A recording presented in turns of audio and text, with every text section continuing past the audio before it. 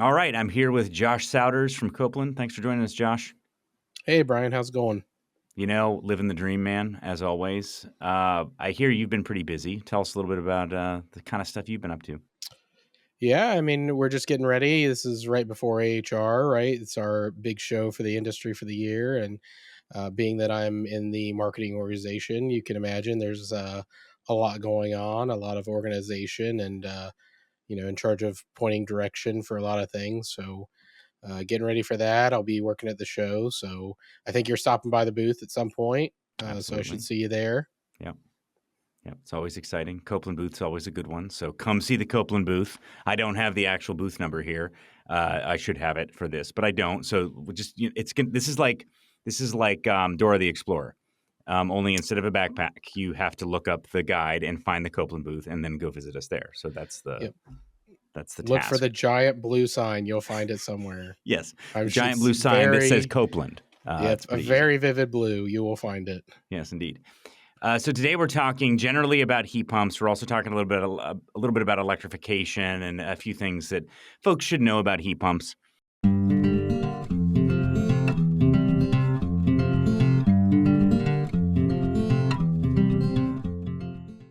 But just to start with, pretend like we don't know anything about heat pumps. People who are new to heat pumps as a topic. Maybe people who are freaked out by the technology and think that it doesn't work, or don't take my furnace away because heat pumps will never work. Just cover briefly, what is a heat pump and how does it work? Yeah, I mean, a heat pump is basically using a traditional phase change vapor compression system, just like an air conditioner would. You have an evaporator, you have a condenser. The only difference between it and your traditional HVAC unit on the outside of your house is it's got a reversing valves inside, and so what happens is summer that thing runs as an air conditioner. Winter, those reversing valves flip, reverse the direction of the refrigerant flow through the loop, and basically you get heat out the other side. So, in the summer, if you go out and outside your outdoor unit, you'll feel heat coming off that condenser coil. In the winter, it's reversed. You'll have heat coming off your evaporator inside. Yeah, absolutely. You're pulling heat from the outside and bringing it inside. There Yep. is no pump that you're looking for. It's the whole thing's a heat pump, and it's just an air conditioner that can switch and evaporator outside, condenser inside, bring heat from outside inside. For people who Yep. are like, well, yeah, but it's cold outside. How does that work? What's the answer to that? Thermodynamic black magic. No, I mean, you're still putting energy into the system. So you're putting energy in to pull that heat out, right? And so what you're essentially doing is your condenser coil outside, which is now your evaporator, is actually colder than the ambient air outdoors. That heat will then penetrate and go into that evaporator because there's a temperature differential. It will go through your system and basically pull that heat into your house. A lot of distinct advantages with it. One of which is the energy savings versus the traditional resistive heating.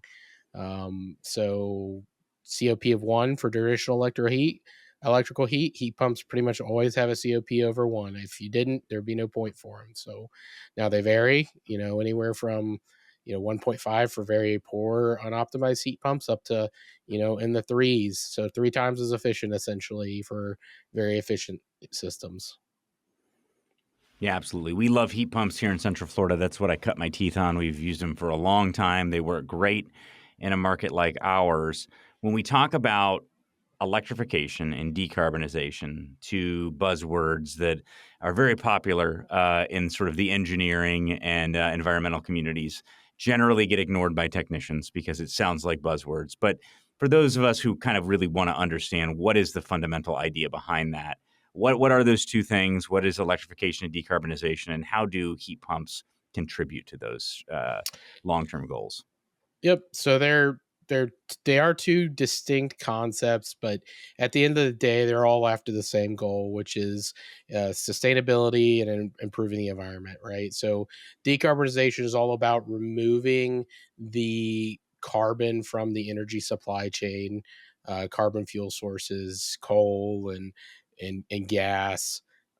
Electrification is more about taking things like your gas lawnmower or your gas furnace, or even very inefficient electrical heat, and in converting that to a higher efficiency electric, you know, end use or power.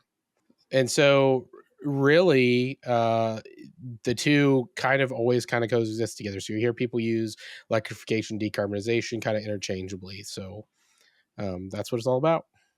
Yeah. So when you hear things like some of the natural gas bans in some markets and all that, that's kind of to these larger goals of both reducing carbon emissions and going electric is one of the strategies that are used. We've talked previously to the Copeland team and the White Rogers team specifically about how there is this transition where sometimes going to dual fuel makes a lot of sense, where you're using heat pumps in conjunction with gas. But most people would agree that the long-term goals, as we can kind of establish the infrastructure and as we get cleaner power generation, is to go towards more electric. And a lot of people will say, well, yeah, but if you're burning coal to generate the electricity and the power grid, that's not really meeting the goals. But the goal, of course, is to go towards more clean energy like solar as it gets more inexpensive to produce and more reliable and more viable in the future. But we're kind of taking these baby steps. So let's talk quickly about cold climate heat pumps, because this is one Yeah. of the really big questions. Are heat pumps really ready for truly cold climates? Maybe places like Minnesota or Maine are places that really get these low temperatures. Are heat pumps really effective in those markets? Yeah, they definitely can be. So a couple of years ago, the Department of Energy, they started up a program called the DOE Cold Climate Heat Pump Challenge. It was really technological ideation. They were trying to push the industry, OEMs and major players to accelerate the development of technology. They can fulfill heating needs in those areas. So the goal was based around a 5-degree ambient heating point with a stretch goal in the negatives. And it was to provide 100% of the capacity you would have at 47F when you ran the system at 5 degrees F.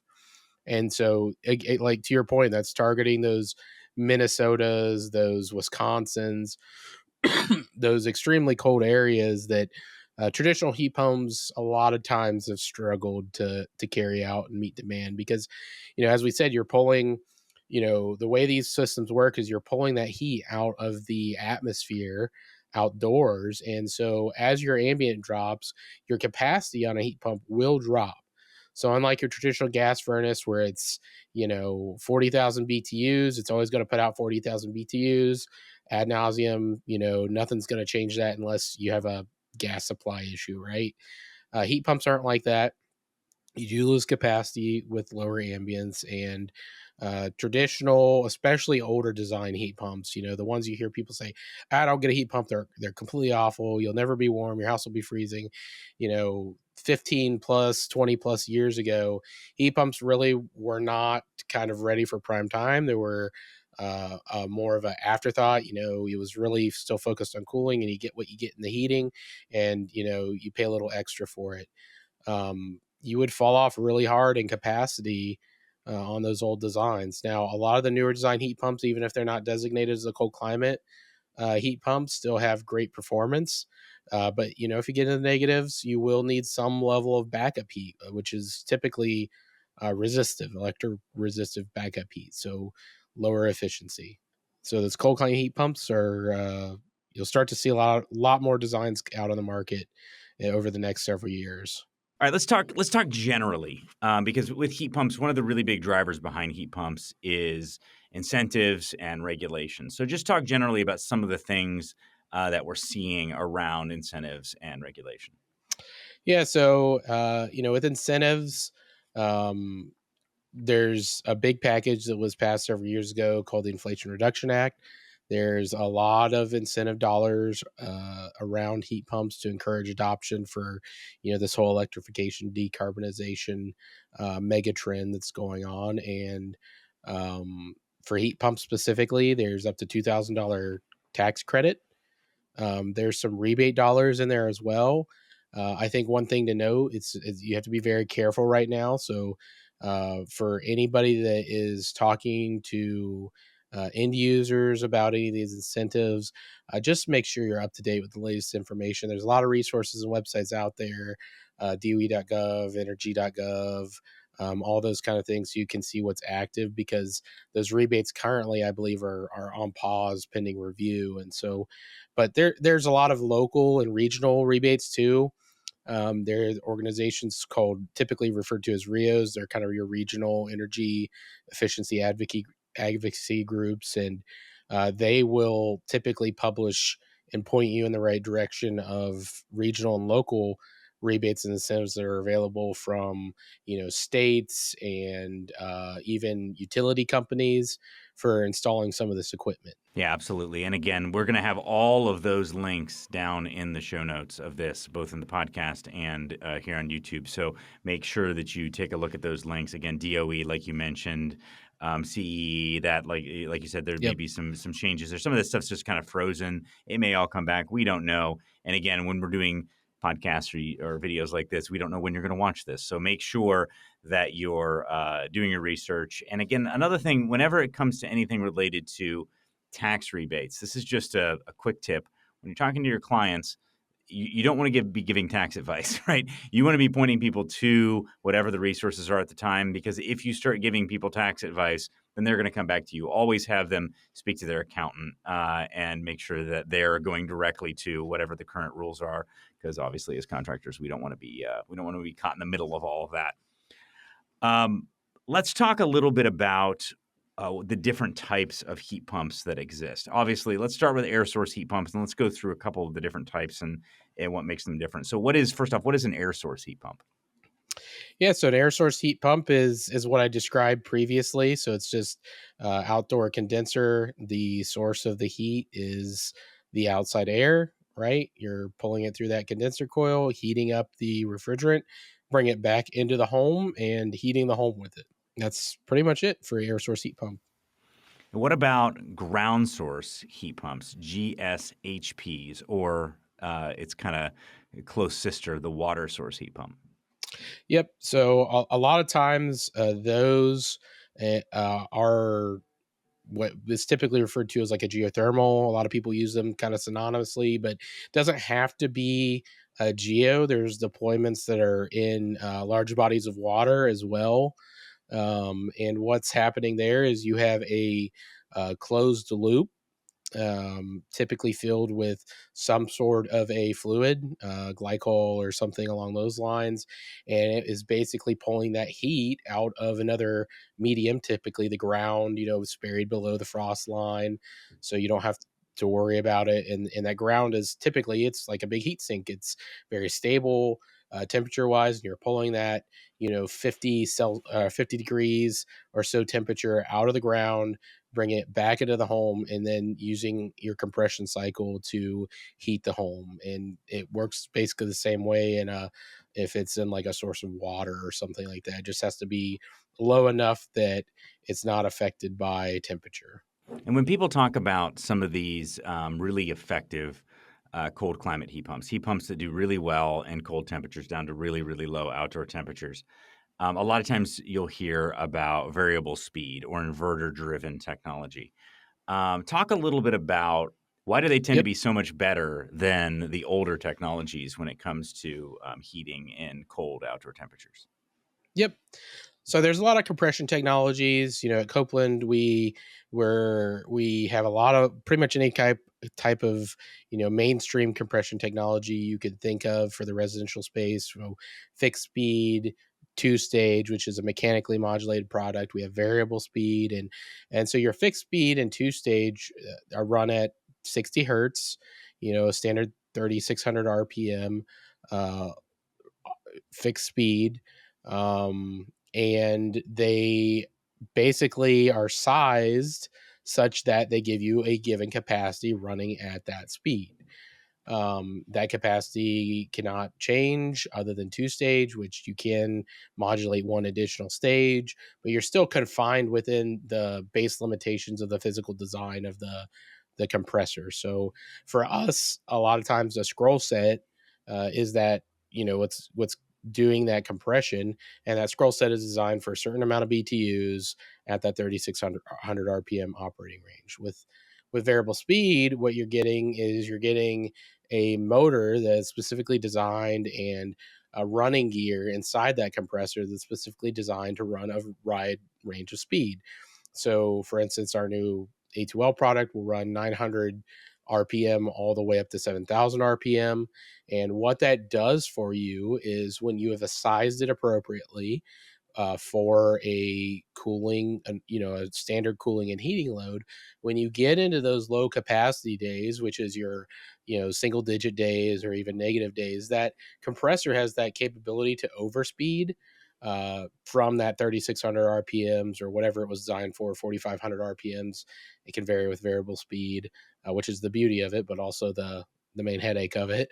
You can run it up to that 7,000 RPMs and get extra capacity that system was not, not to say it wasn't designed for, but it wasn't sized for that as its regular load case. And so by doing that, you can kind of keep that capacity curve a lot flatter as your temperature drops off.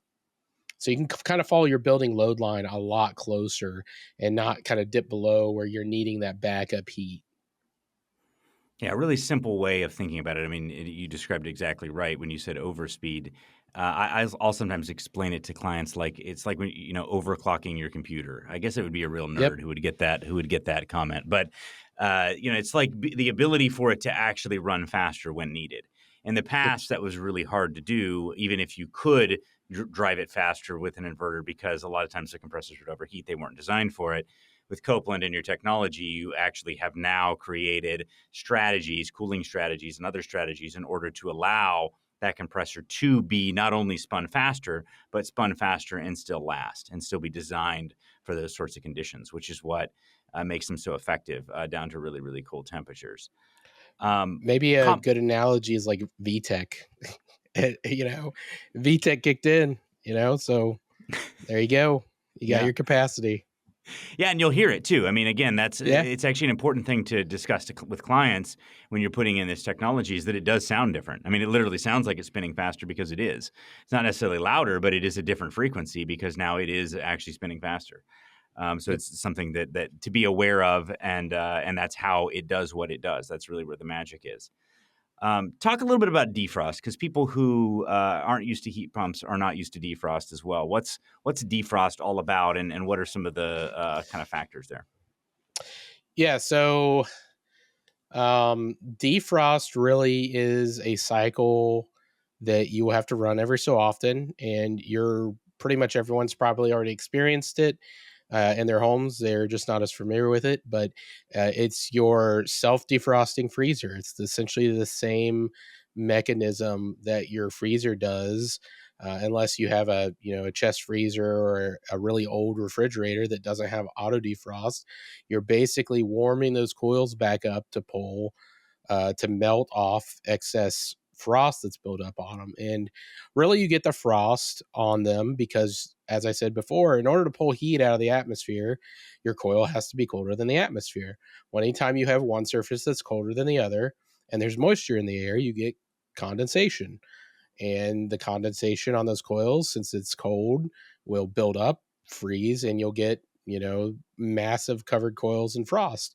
And so you have to run these defrost cycles every so often. You do take a little bit of an efficiency hit when you're doing this, but really you are heating up the coils, melting everything off, and then you'll go back to standard operation. Yeah, and again, it's not like something that you as a consumer or a technician have to do. It's built in. It's automatic. It happens on its own, but it makes weird noises, and you'll see steam come off the outdoor unit sometimes, water vapor, and it can lead to concerns from clients. But all those things are normal. Reversing valve shifts, fan shuts off. You see some steam. All those things are a normal part of just how a heat pump does what a heat pump does. All right, some other questions. So. What are some troubleshooting ideas or some things that you would tell a technician to look at if they are working on a heat pump and they're like, hey, it's just not heating the way I would expect? What are some things that you would tell them to check? I mean, I think, one of your standard things, make sure there's airflow in the home is a big one, right? As far as the unit itself, though, there's a couple areas you can check. Check for icing on the coils. Make sure that the defrost cycle is being effective. Sometimes defrost cycles can be overwhelmed, right? They're based on logic of runtime typically. And so sometimes the normal defrost cycle just isn't enough, and you keep getting this buildup of ice that you can't really get rid of. So that's one area you can look. And then check the condensing fan motor as well. Make sure there's not ice wedged in the blades or anything like that. I think that's one thing that you typically see. And there's a lot of different techniques, which I think we're going to talk about in a little bit, but things to look out for when you're installing. And obviously you're running this thing in the winter, and you could get icicles that fall down and jam and wedge in there, or just ice build up on the blades, making the fan run uneven, right? Extra weight on one blade, so it's not running as fast as it should be. So those kind of things I think are pretty quick checks that I think if you're not used to working on heat pumps, but you are traditional HVAC systems, that you might not be top of mind for you. Yeah, when you're thinking about, and this is kind of the next question then, when you're setting up a heat pump, what are some things you should be looking at or paying close attention to, especially in cold climates? Yep. I think, if it's a new install and you have the capability to decide where it's located on the home, I think, geographically locating it in a good area is very important. Obviously being on like the northwest side of the house isn't as optimal in the winter, typically. I think check the OEM, whoever your OEM is. Typically, they will sell riser kits and things along those lines for heat pump installations. I mean, if you're in, as you said earlier, if you're in Minnesota and you're going to have, at any one time, 5 feet of snow on the ground, and you're burying this unit all the way to the top in snow, you're probably not going to get much airflow around it, right? And so, uh, if there are installation kits and you're in an area with high levels of snow accumulation, that's something very key. A lot of them also sell weatherization kits to like caps and stuff to help with that snowfall, to make sure snow and ice don't build up and fall down in that fan. So those are some, I think, low hanging fruit that can save you return calls or issues with end users that end up happy with the heat pump capabilities.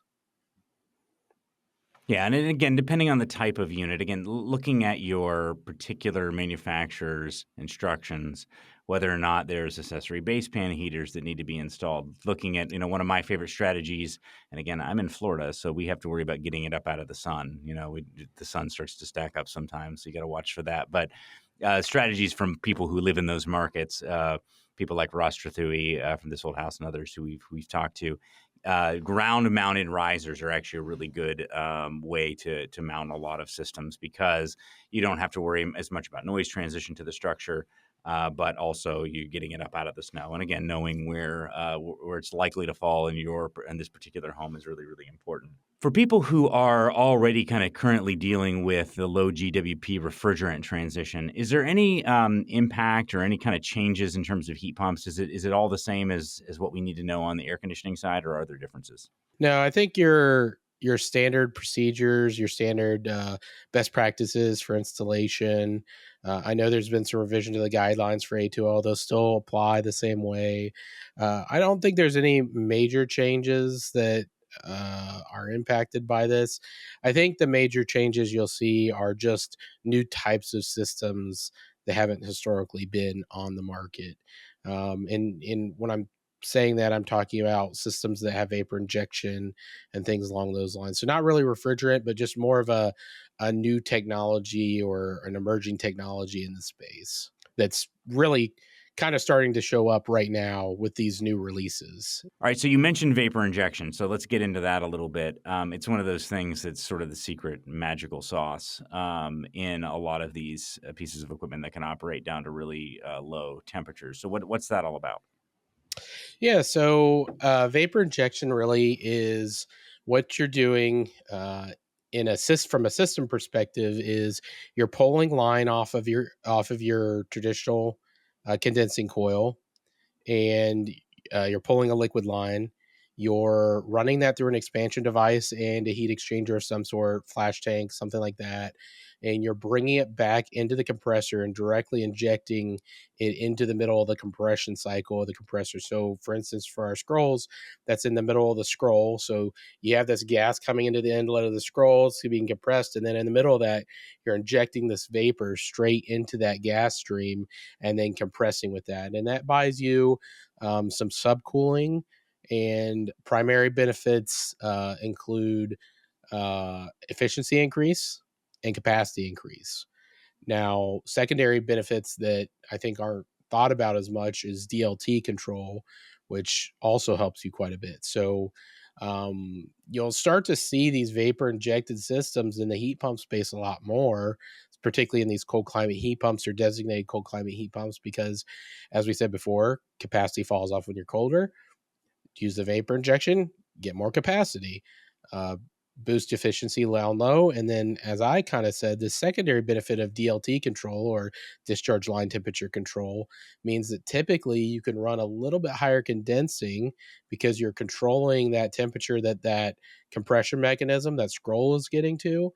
And so you can run a little higher condensing than you traditionally would without it, which means you can get a little bit better temperatures out of your register. Yeah, all this stuff comes down to basic understanding of compression ratio. Basically, you're by injecting into the center of the scroll, you're kind of you're kind of splitting up that compression, so that way it's not all being taken across the entire scroll. Like you said, efficiency, capacity, and then also temperature control. Those are all huge things. Making sure you're not gonna damage your oil in the Yep. compression. All right. Well, so some links again. I just want to mention. So for your state incentives, we suggest you go to dsireusa.org. Dsireusa.org. Is there like some? Do they call that anything other than that? Is that like Desire, I DSI? guess. Desire. Okay, Yeah. cool.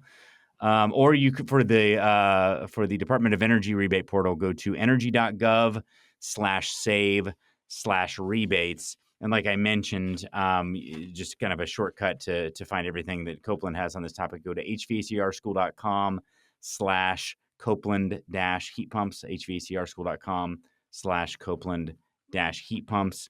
Copeland does a lot of really great things in addition, kind of like what we talked about today, instructor-led education, online education.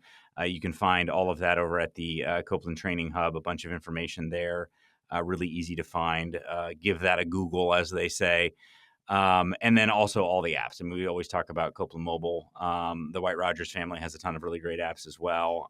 So, check out Copeland Mobile, engage with Copeland. Copeland obviously has been a steward of the industry for a really long time, builds amazing components, and really cares about technicians understanding the fundamentals of how this all works. Again, we're in this very ever-changing kind of landscape in terms of the regulatory and incentive environment. And so that's something you need to keep your kind of ear to the ground on from a contractor and technician standpoint. But heat pumps are here to stay. They're going to keep kind of growing in terms of market share. For people who maybe have a little bit of apprehension about heat pumps, what's maybe a kind of a final word of comfort or something that you would give to somebody who feels a little bit worried about their mass adoption? Yeah, I think, a lot of the hesitancy around heat pumps comes, as I said earlier, those old systems just were really not highly optimized. I think, give it a try. Go to somebody who has a heat pumps home, see what it feels like. Talk to your peers in the industry. I think anybody that's worked with modern heat pumps knows that they're a far cry from what they used to be. And I think some areas, I think if you don't choose a heat pump, like where you're at, if you're in Florida and you're not choosing a heat pump and you're just doing a AC with a resistive heater or electric heat, I think you're doing yourself a disservice, because uh, it's just a lot simpler, a lot more energy efficient, and they're really great. As long as the contractor is helping the end user and educating them, letting them know what they're going to get, I think that they'll have a good experience. Awesome. Well, thank you, Josh. Thank you, Copeland. Much appreciated, and I'm sure we'll talk again sometime. Good to talk to you again. Always. See you at AHR. Yeah, see you all at AHR at the big blue Copeland booth. Thanks for watching. If you're willing, give this video a thumbs up and drop us a comment. Don't forget to hit that bell icon to stay updated with all of our future videos. And as a quick reminder, HVAC School isn't just a YouTube channel. Dive deeper with us at our main website, hvacrschool.com. Curious for more knowledge on the go? We've got you covered. Tune into the HVAC School podcast, available on all your favorite podcast apps. And while you're at it, join our thriving Facebook group. Also, don't miss out on our free mobile applications available for both iPhone and Android. We're all about community. For techs, by techs.